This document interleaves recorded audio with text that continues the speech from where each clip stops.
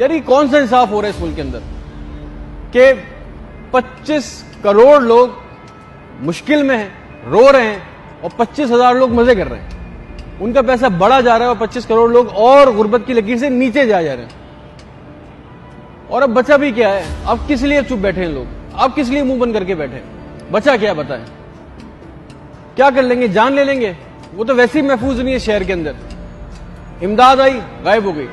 Tax देते हम करोड़ों लाखों रुपए, अरबों रुपए, कहां जाता है? तोहफे ताइफ मिलते हैं, गायब हो जाते हैं। 1 रुपया भी इन सब चीजों में से अवाम पे नहीं लगता। अवाम कीड़े मकोड़े ये समझकर अशराफिया रोंदती है। खुद बादशाहों वाली जिंदगी गुजार रहे हैं, इनके बच्चे बादशाहों वाली जिंदगी गुजार रहे हैं। जिन लोगों पे करप्शन के केसेस हैं, खरबों रुपए के, उनके बच्चे दुबई और अमेरिका के अंदर अरबों रुपए के बिजनेसेस कर रहे हैं।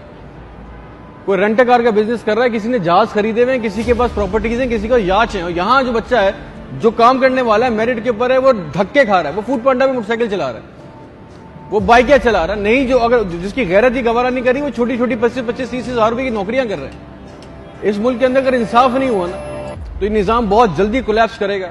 और उसके बाद एक बात याद रखना,